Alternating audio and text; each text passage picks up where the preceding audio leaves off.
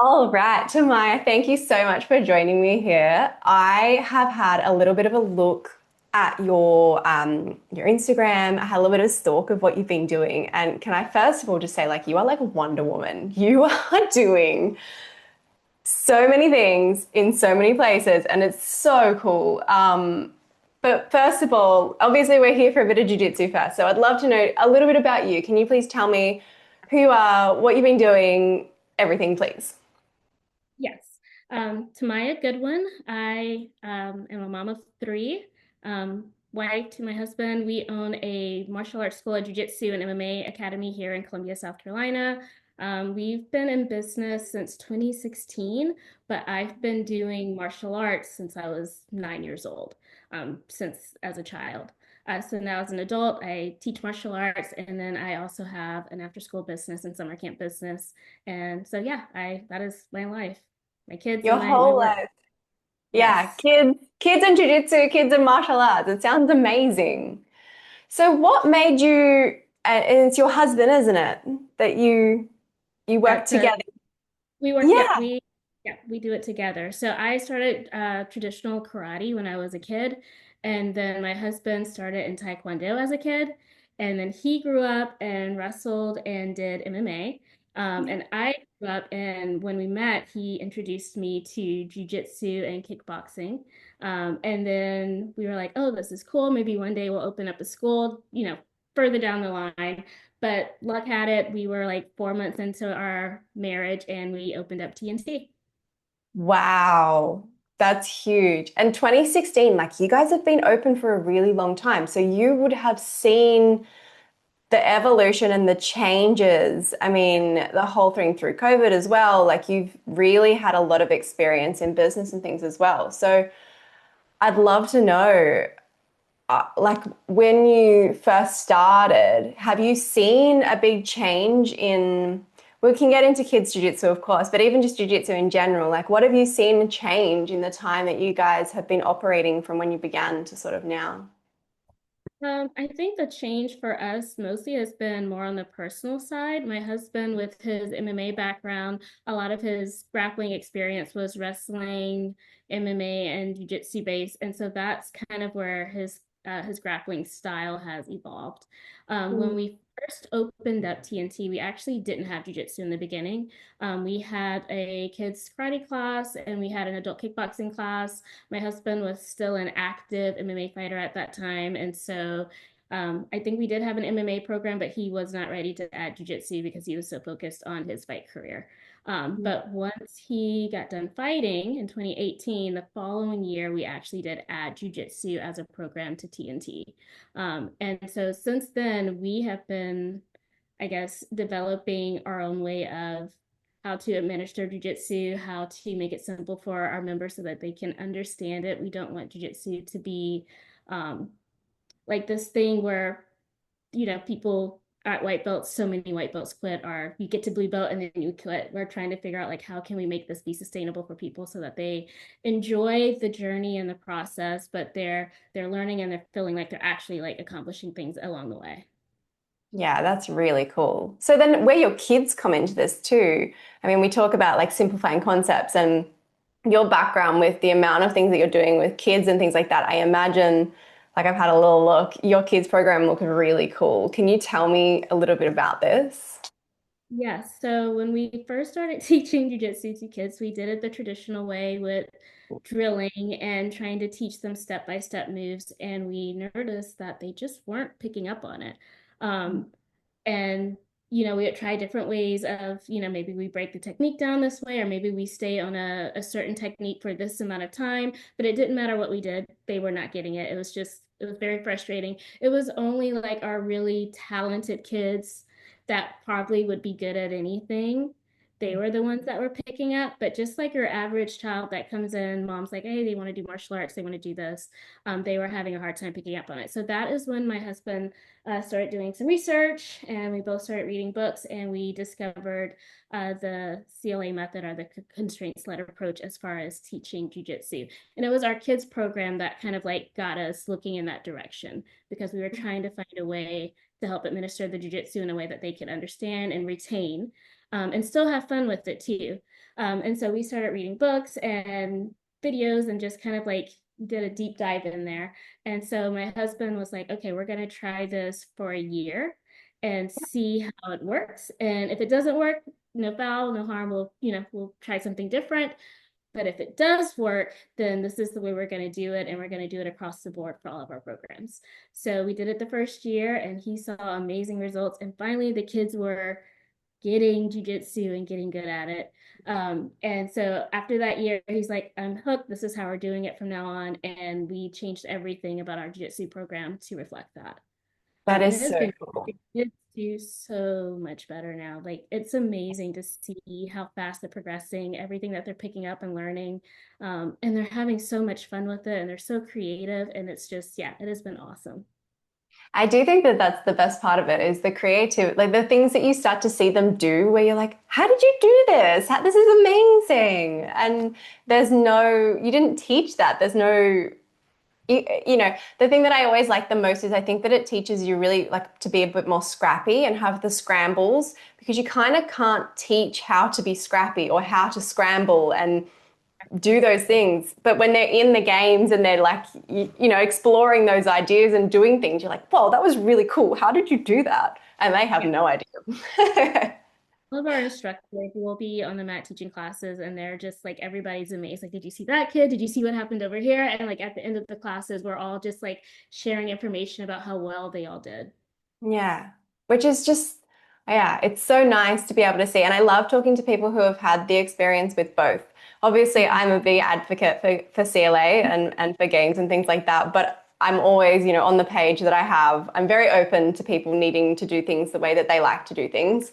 And that's totally fine. But every time that I can talk to someone that I'm like, but this is really cool and you should see how this works, I promise it's not just we hear all the big words or we see things on the internet and we get a bit like, oh, well, we're not going to do that.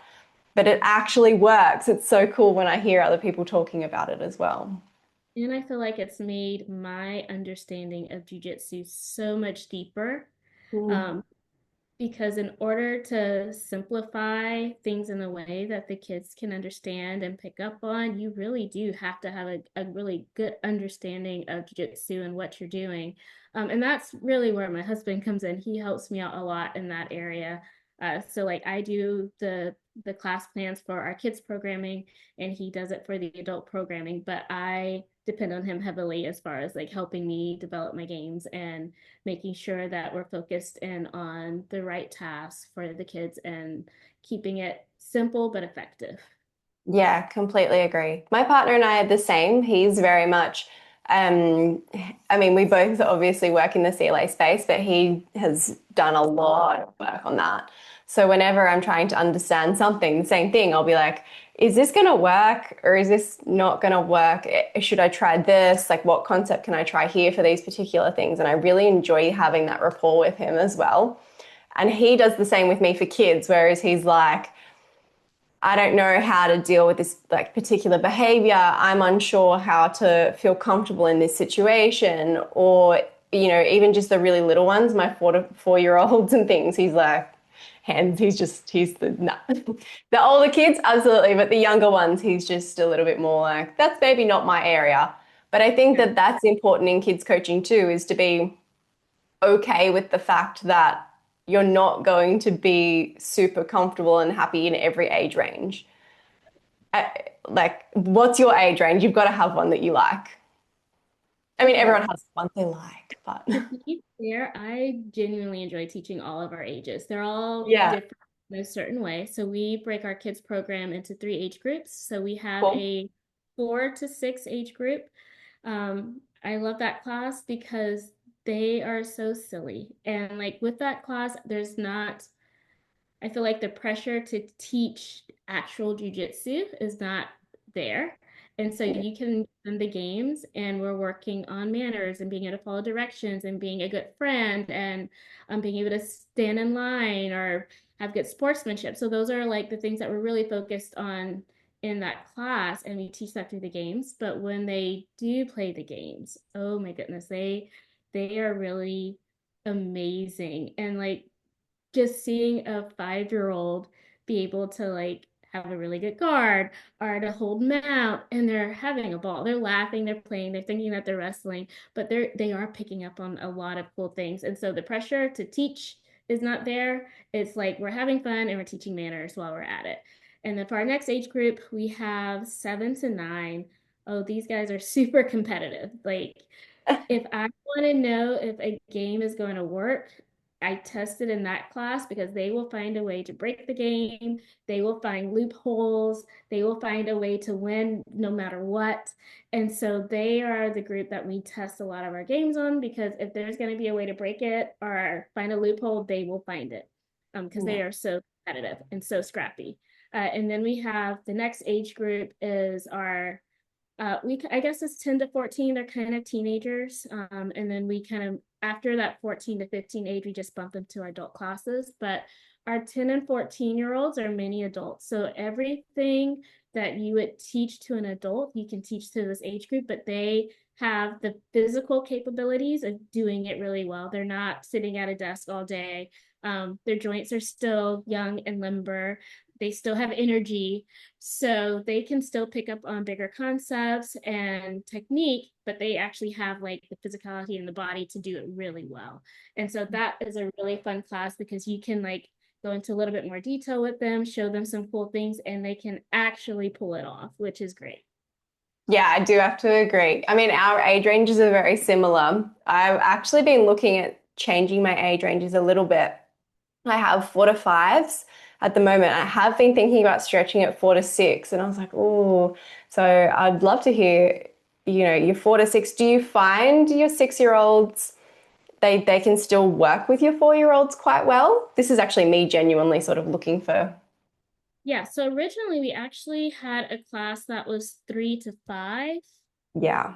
maybe a couple of sixes in there. And what we were noticing is that our 6-year-olds actually did well with the younger kids, so the 4 and 5-year-olds, but our 3-year-olds did not do well with the older kids. And so we actually just this year stopped working with threes. Now all of our kids coming in have to be four, and 4 to 6 seems to be like a really sweet spot. At Mm. four, they are a little bit more ready to follow directions. A little their brains are a little bit more developed, and they typically, at least here in South Carolina, they have already been to like their first set of like preschool time, and so they're like getting introduced to that classroom setting, and they understand the concept of my classmates and our teacher. And so they seem more prepared at 4. And then our 6-year-olds are still young enough to have fun working in the games with our 4 and 5-year-olds, but they pick up on information really well. So you typically will move 6-year-olds out of that class after a few months into the next age group once they've picked up on some of the basics. Yeah, cool. That's so good to hear because we were the same. I used to do 3 to 5, and it was the exact same thing. I was just finding that what would happen as well was some parents would be like, my child turned 3 yesterday. And I was like, okay, yes, your child is 3, but they're not actually quite 3 yet. Like this is not, and I can't really say, 3.5 before you can Right. start. So it was more just like, all right, let's just go 4. Seems to be exactly the same thing. The right age seemed to be about 4 for us, where I was like, I can give you an instruction. You have some experience in sitting most of the time. There is that the sort of they've had that information, that instruction, and then they can still start to work again. The concept of play and how they actually are able to interact with one another is a bit more developed at the age of 4. Whereas 3, if they've just turned 3 yesterday, they're still not quite in the play that I'm looking for, that I need for the games to work. So, but then when I was looking at some of my other age ranges, I was like, oh, maybe my 6-year-olds could go back. So it's nice to know that maybe that 6 to sort of 4 to 6 age range could be something that I look for in the new year, I think. I Hmm. think 6 is a good transition age. You'll have some 6 that they seem very young. Yeah. And so that's a good class for them still. But then you'll have others that either pick up on info really quickly or they're just a little bit more mature, and then moving them up is fine. So we do have a mixture. We have a couple of our 6-year-olds that are in the younger age group, but I also have a couple that are up in the older age group. Mm. And I really like that you're doing that too, Tamaya. I think that's an important thing to note as well, is that yes, you have age ranges, but you have to be flexible within your age range and knowing that some children are going to be more confident than others, or some are going to have, maybe they've even done an extra sport already and they're going to be ready for that other age range and not being like, okay, no, you're 6, you have to be here. Right. Yeah.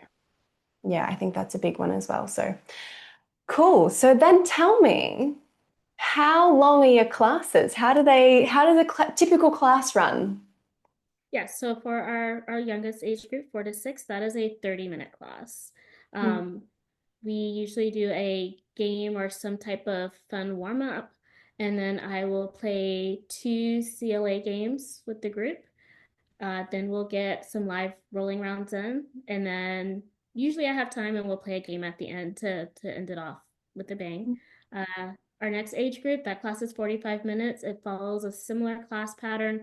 Typically in that class, we'll do three, maybe four CLA games. Yeah. And then our older age group, they get an hour class. Yeah, cool. That's so similar. We're literally running the same sort of thing. The only difference is my oldest age group is only 50 minutes, but it's pretty much the same exact thing. And the way that I run my 4 to 5s is the same as well, where I have like that big movement. Let's try and get two sort of CLA games happening, and then the other games that can happen after that. I'd love to know, when you're doing your rolling and your sparring, do your 4 to 5 year olds, do they do submissions? How does that look in your games? Yeah. So I do not teach them any submissions in that class. In that Mhm. age group, we're working a lot of positions. So they know how to work from top and bottom turtle. They know what side control is. They know what mount is. They know what back mount is. And so every class is a combination of those. We also teach them takedowns, and we teach them some guard. And so in the class when they're doing their live rounds, I usually go through the rules with them. You are not jumping on your partner. If your partner taps, it's okay. You let go or stop doing whatever it is immediately. We're here to have fun with our partners. We make sure we tell our partners they did a good job when we're done. And Yeah. then we say go, and our coaches are all watching. And typically, the way around we'll go for that age group is somebody gets a takedown, somebody gets to mount, somebody gets out of mount, maybe goes to the back mount position, and somebody else gets to mount. And they just kind of like trade positions. Yeah, And lovely. get really good at that. And then we start introducing submissions in the next age group. Beautiful. Yeah, same thing. That's so cool. It's so nice that it's so similar. And it's nice for me too, because when you're on the other side of the world, or you're working and you're learning how CLA works and you're doing your own things, it's nice to then hear when someone is doing something similar that you're like, oh, okay, this is good. This is working for other people too. I like this. But yeah, we're the same. I don't teach any submissions in my 4 to 5s. It's just positional things. And we'll do, say, a sparring thing. I guess it's, yeah, like positional sort of sparring, where it would be, okay, guys, you're going to try and take down. It's the first one to get mount position. And then it's like, when you get to mount, stop, reset, go again. But that mount could take like a minute because they're scrambling to try and see who's going to get it. Yeah. Yeah. Can you tell me a little bit more about some of your other businesses and how these actually align or interact with your jujitsu and at TNT as well? Yeah, so we have another business called Casey's Best After School and Summer Camp. That is it's, I guess it's part of TNT, but it is an after school program where we have buses and we pick children up from school and we bring them to our campus and we do snack and homework, and games and martial arts with them until their parents pick them up. And then during the summer months, I run a summer camp that is all day for 10 weeks, the entire summer. And it's the same thing. We do field trips, lots of games and activities, jujitsu classes. And yeah, that has been added to TNT since 2020. That's actually why we did it. And then we opened up another location about 20 minutes away. I actually just sold that location a couple of weeks ago. But it was the Congratulations. same thing. Thank you. It was after school and summer camp. That sounds amazing. And we're on completely different sort of parts of the world and different ways of school running and everything. So we don't have summer camps or anything. I wish we did. I think it would be so cool to experience and to have those. But I love the concept of being able to run that 10 weeks of, summer camp and being able to do those things. Do you find that many kids from TNT or kids who do martial arts in general, do they join those things or do you find it is kind of more separate from other things? Um, So our businesses do still operate very separately. Yeah. For the after school business, we give those families the option to do jujitsu if they want. They do not have to do the jujitsu program. We do have a lot of our families that do choose to train jujitsu in the after school program, but we do get a lot of kids too that just that's not their interest. Their parents just want them to have a safe place to be after school and have fun. And so that's kind of how we operate that. And then my TNT kids, we do get some of those kids that will either go to after school or go to summer camp or any of the camps that we run throughout the year. So they do kind of like intermingle and work Overlapping. together. Yeah. How are you managing all of this? How are you? You have three kids of your own. You're running these businesses at the same time as running TNT and having kids classes. How are you doing this?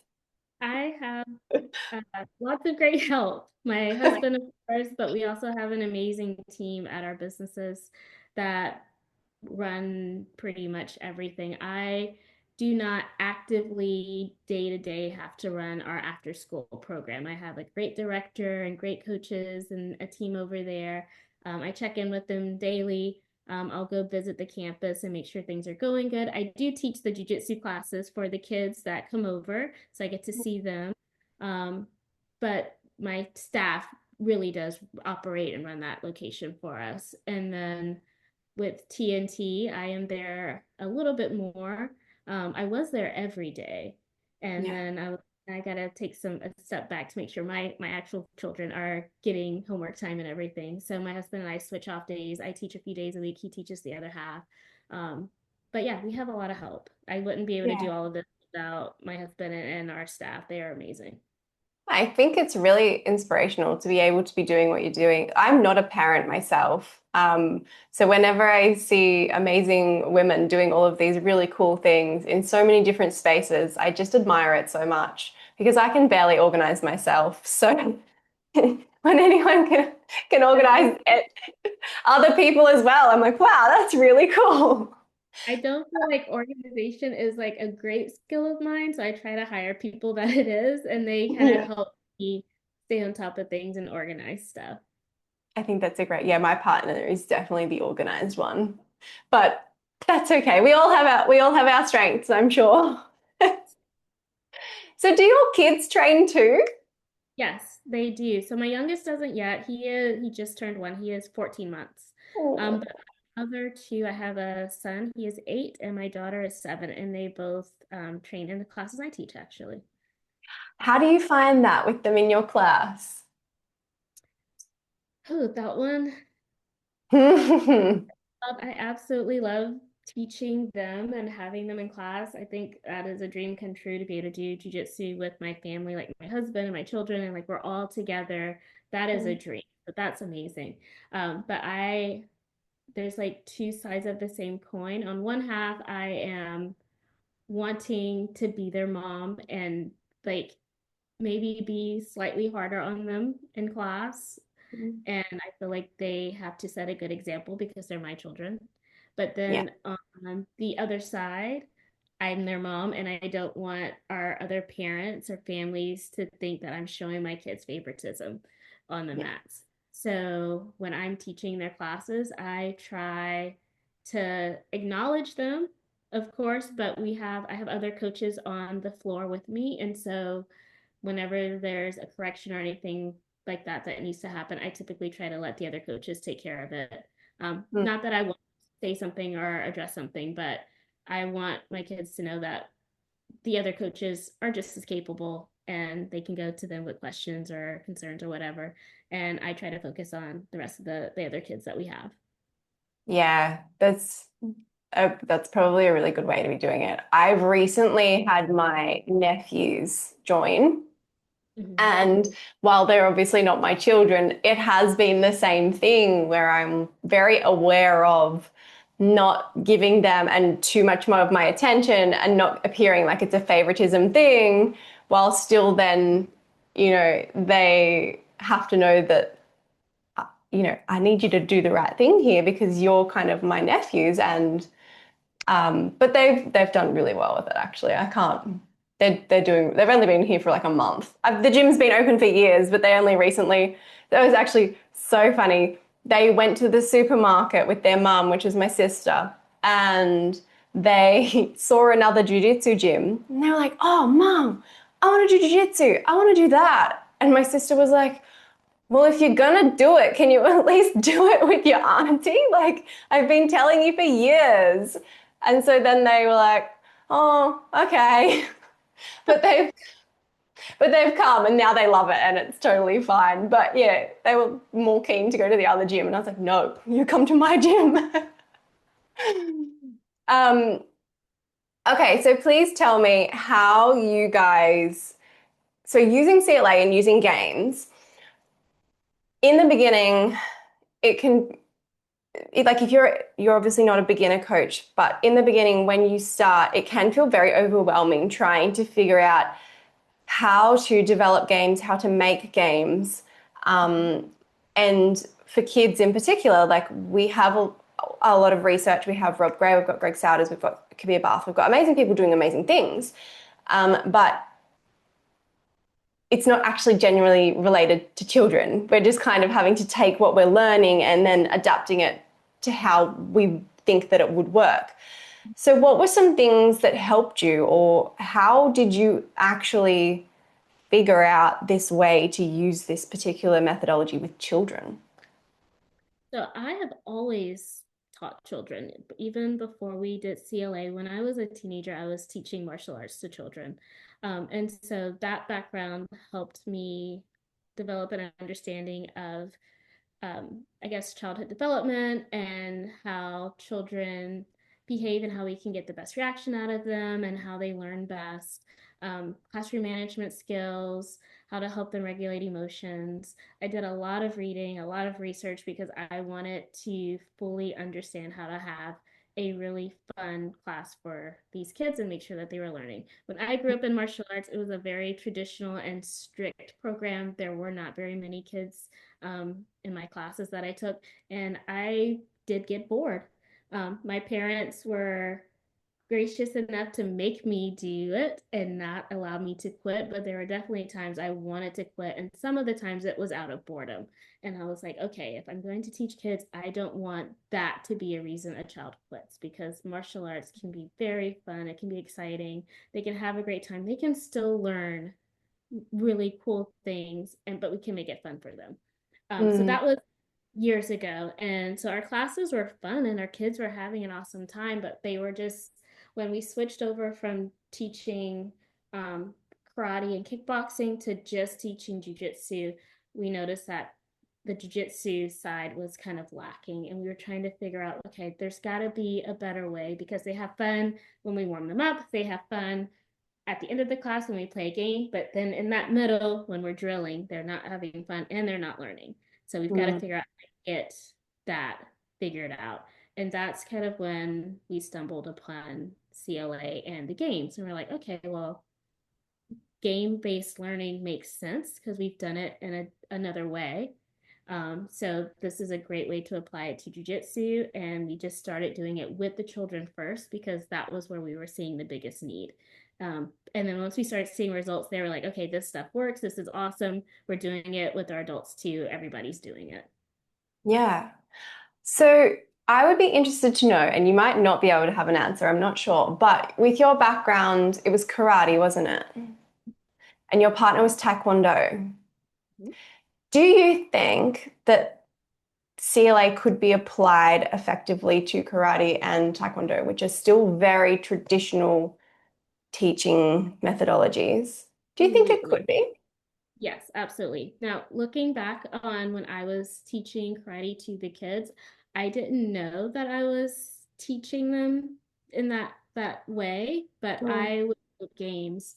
for karate for them to help them learn. And so that just made sense. It was like, how can I gamify martial arts so they have fun with it? And that's Mm, how taught.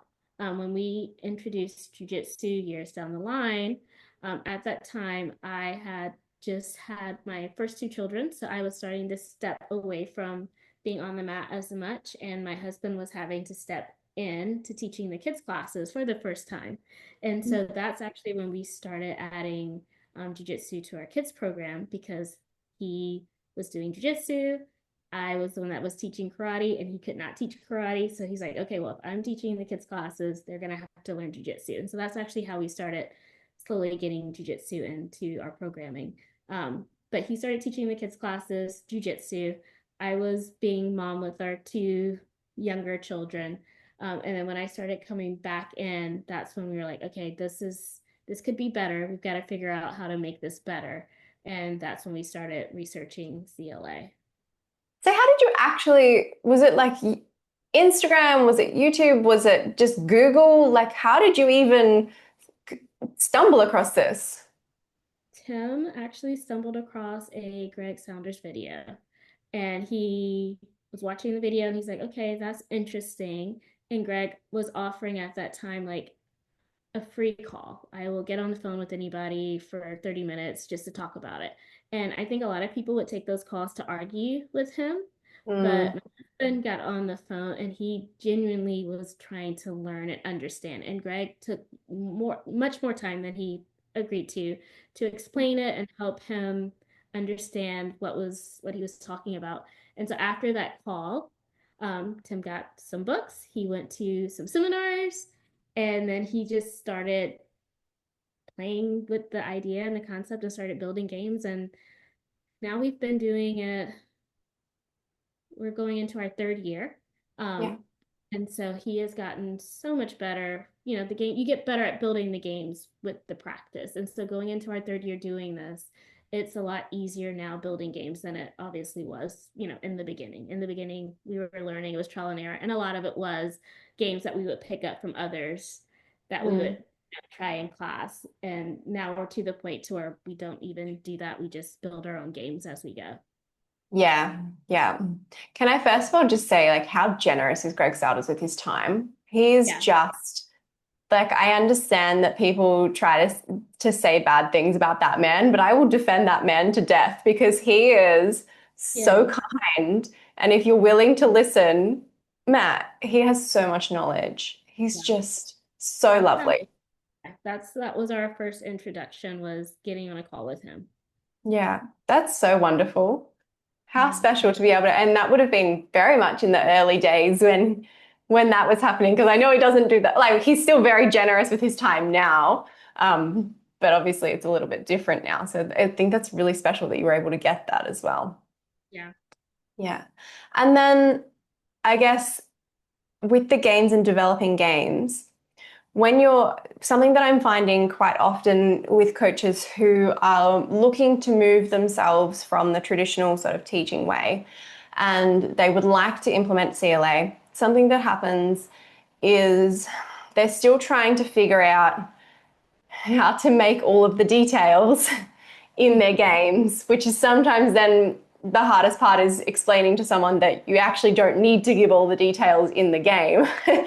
The game kind of does it itself and you're just setting up the environment. And I like to sort of try to explain it as like an obstacle course. I'm like, okay, you can set up an obstacle course, but you don't have to tell the kids how to jump over a cone. They can do that. Let them figure out. If they walk up to a cone and they decide not to jump over it, they decide to walk around it. It doesn't mean that they're not going to finish the obstacle course. They're just doing it a different way. Um, but I'd love to try and understand, I guess, well, I've been doing it for 2 years myself now too. And the same thing in the beginning, I would create games and sometimes I would be watching my game happen and be like, this isn't working. Why is this not meeting what I thought that was going to happen? So when you're creating games, and I know that you said that you're the one who sort of plans out the week and stuff like that. Do you plan out all of the games? Do your coaches sort of, you just give the ideas and then they develop games for it? How does it look? Tim and I are doing the planning right now. Our goal is to eventually get our staff to where they can, or I'll say our kids coaches to where they can plan games. Our adult coaches are already able to plan their own curriculum for their classes, and so they're doing fine. But for our kid coaches, Tim and I are still doing the game development, and then we let them know what we'll be teaching that week. Um, Mm. so they're not quite there yet. Still trying to figure out how to, they're getting there. They're starting to pick up and understand because they're learning from us, but still just making sure they fully understand what this method is, that you don't have to teach everything, that less is more. And that we are just basically setting these kids up for success. Like we're putting them in the arena to win, to have success in jujitsu and to learn and to discover things. And that's really all our job is. And they will figure everything else out as they go through. And so just making sure our coaches fully understand that is kind of like where we are right now with them. Yeah, I completely understand that part. We were the same. We brought on a couple of coaches. Oh, goodness, actually, they've probably been with us for a year now. But in the beginning, they had no experience with coaching yet. So they were very much at the beginning of their coaching journey. But they would talk a lot. And even now, so every now and then, like, I think it happened this week actually. One of my coaches, he just got excited. Like, he was like, okay, so we're going to do this, and this is the game. And then you'd be like, but I want you to focus on this. Okay. But also, can you think about this? And it's like, he just got really excited. My partner and I were actually just like on the side laughing because we're like, you've just given them like so much information, but in the disguise of like focus on this. So, but in the end, like I mean, my coach now, he's incredible. He's fully immersed himself in everything CLI. He's doing really, really well with it now, and I can trust him to create games. But something that I think is important is just recognizing that it's okay if your game is not great, and it can be scary in the beginning to create a game. And it's even scarier when you're in the middle of it and you're like, oh my God, this isn't what I planned and this isn't working. And something I've had to say to my own coach is, if it's not working, just stop it. It's okay. And Yeah. he's like, when I spoke to him about this the first time, he was like, I'm scared that I'm going to look like I'm doing something wrong or I don't know what I'm doing. I'm scared that the parents are going to look at me. I was like, man, the parents are literally sitting on their phone. They, Yeah. I can Most of guarantee jiu-jitsu, so they don't know. they have no idea. That's fine. And so I said, just pause. You don't even have to say anything was wrong. Don't say like, oh, I made a mistake. You can just say like, okay, guys, I'm just going to change the focus here. I'm just going to change the And now maybe some top player. Yeah, that's it. So is that similar to what you're doing? Like how do you see when a game is working and how do you know when to stop a game when you're doing them? I won't stop the game. Mhm. If watching a game and maybe the result I was looking for isn't happening, or maybe the kids found a way to break it. Usually, if they find a way to break it, we'll let them play the games. And when I plan my games out, I actually plan them for all age groups and I just scale them up. So I'll test it. The first age is my younger group. So I'll watch them play it. I'm like, okay, this isn't what I'm trying to get out of it, but I'm gonna see what happens with the next age group. Um, there may be an improvement there, they may not be. And then we'll do it again with the older age group. So we tested through all the age groups to see where it's really breaking. Is it breaking because it's too complicated for the younger age group, but the older age groups are doing fine with it? Um, is it so much that the game isn't breaking, but the kids, sometimes a game looks messy when they're playing it. And I have to remind myself that just because it looks messy, it doesn't mean that they're not learning. And sometimes learning is messy. And so typically, if we feel like, okay, the game should be okay, we will let it be messy and not look good. And I run our games for the whole week. So maybe Monday, it does not look very good, but by Wednesday, it looks so much better because they're a little bit more familiar with that game and they've seen it and we're repeating it. And a scale that I didn't see on Monday starts to emerge on Wednesday. And so I usually won't just like stop and say, oh, this is not working. Unless the only time we do that is if we're playing a game and all of a sudden there's multiple injuries and something is truly broken. That's a game that needs to be stopped and we'll move on to something else. But if it just looks messy, if it looks like, you know, that's not what I was looking for or thought would happen, they're doing something totally different, we actually just kind of let it run. Either the kids improve and they get better and they, it's messy Monday, it looks better Wednesday, or we're watching the games and we're like, okay, maybe the game itself just needs to be adjusted. Maybe it needs to have a slightly different focus point for them to address. And usually, after we watch them play it, we can kind of see where that focus should have been. And then we just make a quick adjustment moving forward for the next classes. Beautiful. I love the concept of messy play in every way. I think sometimes, and again, I think this comes back to that very traditional way of thinking about how martial arts looks. That when you probably walk into my room and you see my kids, you'd be like, what is going on?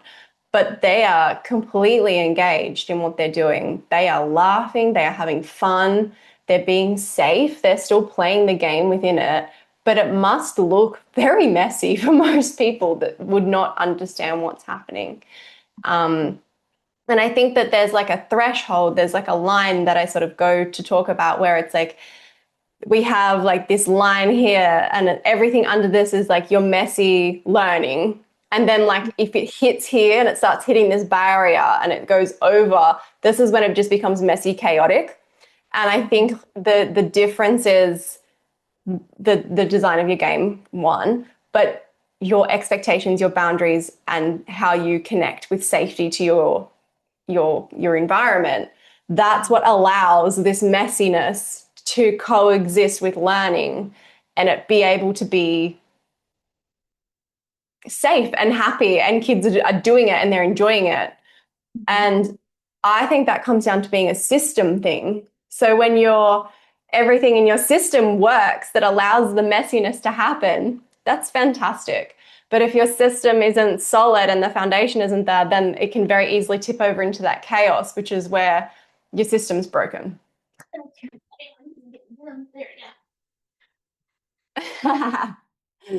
So I'd love to know a little bit about your systems because they must be working in a way that allows that messy play to exist. How do you guide and set boundaries? How do you sort of create those expectations that you're looking for and creating realistic expectations too?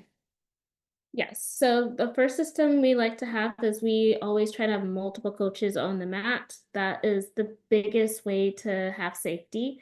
Lots of eyes, because when we do our games, I typically have anywhere from ooh, 4 to maybe 12 groups running at once. Yeah. So a lower end, it may be four, and two coaches are good for that. But then when I have like 12 groups running at once, we need all hands on deck, and we will usually have 5 or 6 coaches on the mats for those classes.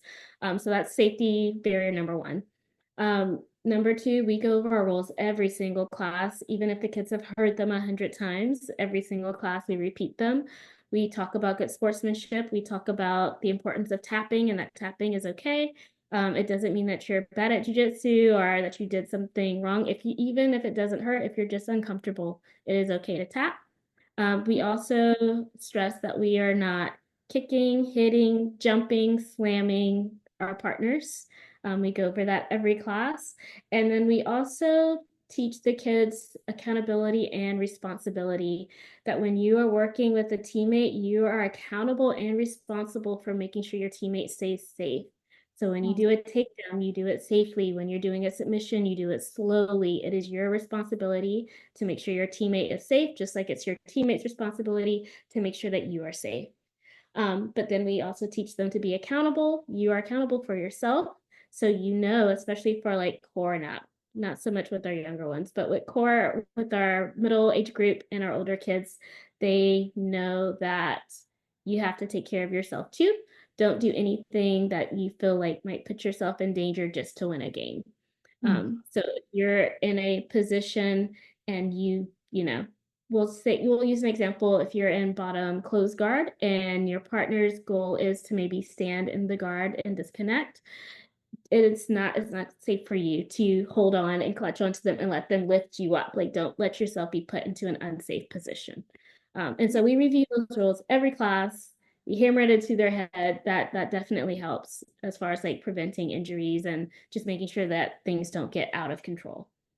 Yeah, I think that that's fantastic. I love the fact that you have the additional coaches. And I think this is something that when you choose to use CLA and use games, the supervision becomes, but So I don't important. have it's very, very important. I can't say much higher, but I do assume I haven't taught Jiu-Jitsu traditionally. I've only taught it with CLA and games, but there's so much more dynamic and there's Mm. so much more risk of injury if something goes wrong. Now, I've never had anything go wrong on my mats. It's not something that's ever been a worry for me. But when I speak with coaches, if you're running a class with 20 kids and that it's just you and like a yellow belt, it's nothing wrong with the yellow belt kid, of course, but it's very challenging for you to manage that space with that many kids moving in such a way that you can be unpredictable. So the fact that you have so many coaches, yeah. Yeah, the Yeah. coaching, the help, super important. Yeah, yeah. And so when you're oh, how long do your games run for? I forgot to ask you that. Okay, so for our youngest age group, it depends on the game, but in general, for that age group, the games will be 2 minutes. Mhm. And usually we'll do a defender or offender or top or bottom, standing, kneeling, whatever. So it'll be 2 minutes in one position, 2 minutes in the other position, and then they'll get another game just like that. For the next age group, 3 to 4 minutes. Yep. And then for the next age group, it's usually 3 to 5 minutes. Yeah. Okay. So then I'd like to know, obviously I am a kids coach and everything about kids and stuff, but I am very curious about your adults classes too. So how do your adults classes run then using CLA? Pretty much the exact same way. We don't do a warm up with our adults. When class starts, we start with a game, usually a low intensity game is how we start. And then all of our games, very similar to our kids, we run those anywhere from depending on the game, it could be anywhere from 5 to 8 minutes. Longer rounds usually are we're slowing the pace down. Shorter rounds is a little bit faster, and then we'll have 3 to 4 games in a class, and then we roll at the end. Cool. And then you said something there about the intensity. How do you manage intensity using CLA? Now, this is something that we have had to take time. I mean, actually, I think my adults were worse with managing intensity than the kids were at one point because their ego kind of gets, they want to win. They forget that they're just playing a game. But how do you manage that in both your kids and your adults classes? So with the kids, they kind of manage their own intensity. We just manage the safety. So we're just making sure they're not doing anything dangerous or anything to hurt their partner, but we let them go as intense or not as tense as they want. So we do have some kids that are Speedy Gonzalez, everything they do has to be fast. But then I also have some kids that's just not how they like to play jujitsu. They like to be a little bit slower and methodical with it. And so we let the children basically pick how they play jujitsu. Everyone plays jujitsu a little bit differently. Um, in the adult classes, we do try to stress the importance that not everything has to be used with a ton of strength, or you don't have to go super fast to make a technique work. Mhm. So adults may sometimes are a little bit slow at like learning that, and so the we have found that adjusting the time actually helps. It is a lot harder to go really hard and fast when the timer is set to 8 or 10 minutes as opposed to 3. So if you know that you will be playing this game, you'll be stuck, in bottom mount or you're working a guard position and it's a 8-minute timer, you kind of like slow yourself down and pace yourself. In the beginning, some of the adults, it takes them a couple of times of figuring that out, and then they're like, oh, it's 8 minutes. I slow down. I need to not go as fast or be as intense with everything. I love the use of time for things like that. I actually have not got my coaches to use that sort of concept of a very long round to be able to manage the intensity for the adults, but I'm going to see how they go because I do it with my kids all the time. I don't know, sometimes things you do with my kids and then I'm like, oh, I should probably do that with the adults too. They probably would like that. One of the ones I had the other day, I did the like cops and robbers game and I popped it on Instagram and people enjoyed that, which was great. But then I was like, I should do that with my adults. But the thing that I found most that people were sending me when they were doing it was with adults and the amount of fun that they were having. And again, this is the thing that I'm like, yeah, this is because jujitsu should be fun even for adults. Let them play. Like it's okay. Um, and they do. They just have so much more fun when they use CLA. But the intensity thing I have found can sometimes be more challenging. Not so much now. We've got a really good group of people now, but I do think that sometimes it can just take one person who doesn't quite understand. Yeah.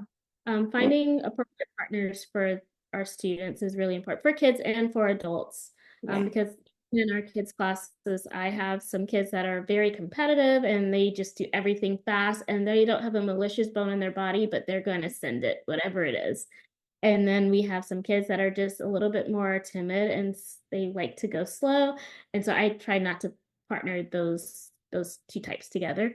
Yeah. Same thing in our adult classes. If I know I have somebody that's a little bit more intense, I will pair them with somebody who also tends to be a little bit more intense. And Mm, then for somebody that is slower paced or they just play um, a little bit more controlled, I pair them with somebody that has a similar pace. yeah, that's a great idea for the adults as well. I suppose it's the same thing. I would be interested to know as well, actually. I could hold you all day just asking questions, but I would be interested to know, do you have a beginner's class for your adults? We do not. No, Do you tell me about this? so we used to have a beginner class and we would separate our white belts. I think we said you had to be in the class until you had 2 stripes on your belt and then you could move up. But what we were noticing is that um, people were not wanting to move up to the next class. They would get imposter syndrome and they would just be like, oh, I can't move up to the next class. I got to stay in the white belt class. And so getting them to move up and go train with up the other belts was difficult. And you need in jujitsu, you need to have that hierarchy. It is really hard to get good at jujitsu if you don't have somebody that's better than you, forcing you to work on your defense, or forcing you to get better at your technique. And so we decided to cut the beginner class, and Mm, everybody is together now. And so now in our classes, everybody gets to roll with everyone. We get several rolling rounds at the end, but we also try to teach our upper belts how to train with our lower belts so that they are still able to learn and get something out of the games. And I think that is probably one of the beautiful aspects of CLA when it comes to jujitsu is that I can play a game with a white belt. I'm a purple belt, and I can still play a game with a white belt and still get so much out of it and learn a lot. And they are also getting something out of it and learning. It just may be that what I'm focusing on is different from what they're focused on in that particular game. And so now that everybody's together, there's not this imposter syndrome. Our white belts are comfortable rolling with our upper belts. Our upper belts are comfortable rolling with our lower belts or white belts. Um, and everybody's jujitsu is getting better faster. yeah, that's the. I mean, we didn't have our like white belt or beginner classes for long, but this was something that we were finding was because you could scale the game and focus on exactly what you needed to focus on within it. It didn't actually make sense for us to have two classes anymore because the game could just adapt to whoever it needed to adapt to. And I thought that was something that was really cool with our adults, was the fact that I can train with a white belt and I'm still getting something out of my training because maybe I'm just focusing on something, and it doesn't even have to be something that the coach has said. It's not like, hey, Ellie, you're going to focus on this in this game. It's you're already a high enough belt that you can start to see and think about things and concepts that you're like, oh, I'm going to try and just focus on this for a little bit. And the game allows you to be able to explore your game in the way that you want to, rather than your coach being like, hey, that's not what we're doing. What are you doing? And something else that I love is like, I can get tapped by white belts. There's no ego. You literally cannot have an ego in a game. I don't feel like I have to be perfect with my technique, where the traditional way of learning, I felt a ton of pressure to like get every little move and step and detail that my coach would give me just right. But Mm. now there's a lot of just like flexibility and room to explore and to try things and to do them in a way that's best for me. And I feel like my level of jujitsu has gotten like so much better since we've started training this way. Yeah, mine too. Even in the last couple of months, like I experienced, I mean, when we opened the gym, it was so funny because my grading was yesterday. But when we opened the gym, it took me a few months to get my brain to switch a little bit from positions and thinking about what position I needed to do and change it to like the concepts, and actually just allowing my brain to just move rather than trying to be like, okay, grab collar, grab, that real methodical step by step. But then I had a lovely bout of blue belt blues where I was like, "Ah, I just can't keep doing this. Like, I'm exhausted. My training doesn't feel like it's getting any better. Owning a gym is really hard. I'm going to have a break." And I took 6 months off. I didn't even train and I owned the gym. And I was just spoke to my partner. I was like, I can't do it. Like, I hate it. I would be on the mats and I was like, I just can't do it. And so I took a 6 month break, and then I started back sort of at the beginning of the year and have been training since then consistently. And what I then noticed was that all of that really methodical thinking is gone. And for the first time in a long, probably ever, I love passing guard, which is something that I hated passing guard. I love playing guard. And now all of a sudden, because I'm not trying to think about how to get my knee in this perfect place to get a knee cut, and I'm not trying to think, my passing is messy. And the thing that, my partner has said as well, because he was like, his passing is beautiful, but it's messy. He's like, I'm not thinking about what I'm doing. I'm just trying to get chest to chest, whatever way that I can. And so I think when we remove those things and we really start getting involved in just the concepts of CLA, it really does change the way that you think about things too. And it makes learning so much more enjoyable. It makes jujitsu and training so much more enjoyable. I used to dread classes. I would have like sickening feeling in my chest before I would get on the mat. And now I Yeah.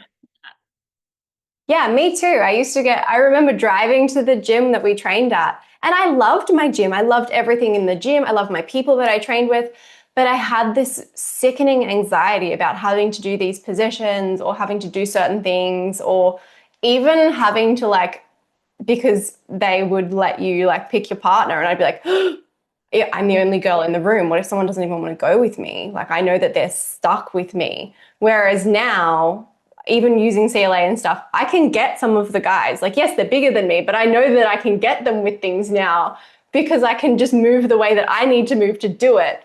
And it has just removed all of that pressure. Like you said, like you don't feel pressure. It's really yeah. cool. Yeah.